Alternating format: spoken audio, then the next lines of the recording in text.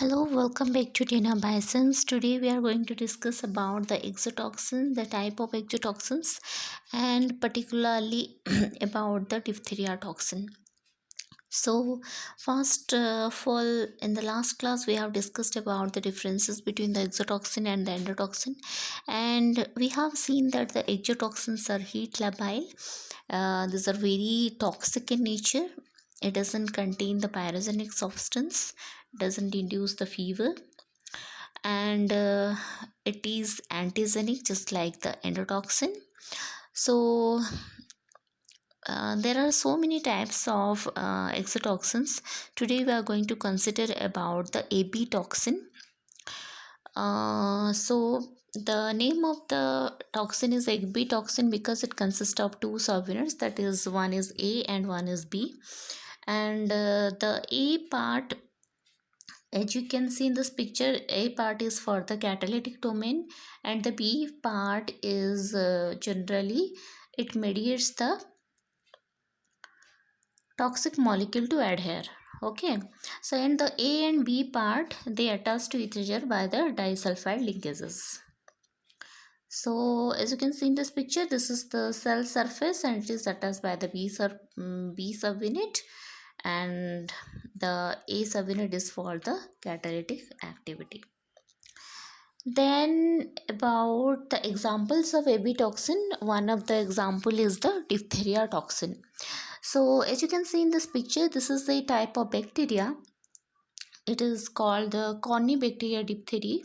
So this is the causal organism of diphtheria. So it is a gram positive bacteria and it is rod safe. So the next point is about the mode of action of diphtheria toxin. So first one is the organism that is involved in the diphtheria toxin is Corynebacterium diphtheria. Then the toxin which is involved is the diphtheria toxin.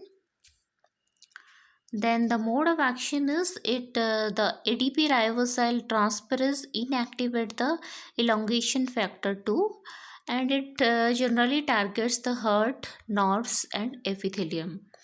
And the role in diseases, it inhibits the eukaryotic cell protein synthesis.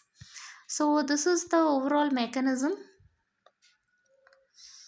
So yeah, as you can see in this picture, this is the diphtheria toxin.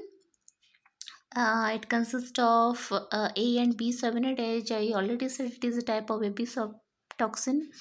So then this is the cell membrane and this is the receptor. So it is mediated by the receptor mediated endocytosis process. So first, the diphtheria toxin, the receptor binding is B binds to the host membrane. As I already said that the B subunit helps in the adherence. So the next point is the membrane bound toxin A plus B enters by the endocytosis. So then the A plus B subunit, it enters by the receptor mediated endocytosis. Then the third point is the catalytic subunit A is cleaved but hold to the B subunit by the disulfide bond, and the endosome vehicle acidifies, the disulfide bonds are reduced. Then the fourth point is the transmembrane domain facilitated passes of the catalytic A peptide through the vesicle membrane, and in last the catalytic A domain ATP ribosylates elongation factor 2, and this halts the protein synthesis and kills the cell. So what is the meaning of ribosylation? Ribosylation means they will add one or more ribose sugar. So the catalytic A domain, it adds the ribose group and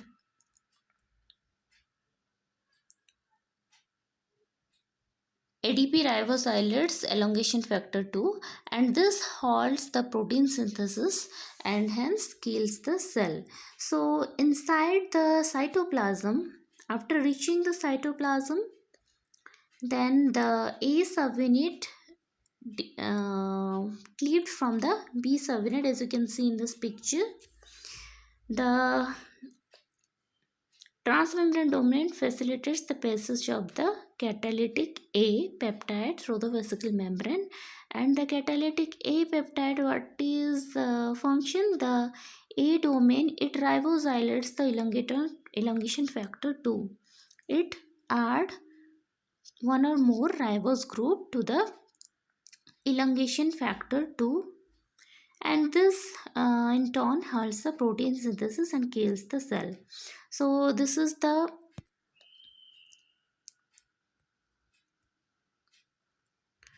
see, this one is the elongation factor. The catalytic subunit, it adds the ribose group. Here is the ADP, addition of the ribose group, and in turn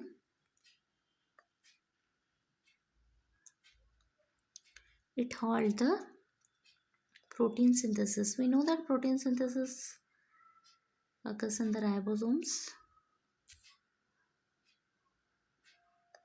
So in last, the elongation process chases, and in result we'll get a nascent peptide. So this is all about the diphtheria toxin mechanism, and the main thing you need to remember is diphtheria toxin is a type of abitoxin, and it's caused by the diphtheria is caused by the Corynebacterium diphtheria, and the mode of action is it ribosylates the elongation factor 2 and inactivates it, and it affects mostly the heart, nerves, and the epithelium, and in turn in last it halts the protein synthesis and kills the cell. So this is all about the diphtheria toxin and its mechanism. If you like this video, hit the like button and subscribe to this channel to get more videos, and do not forget to press the bell icon. Thank you.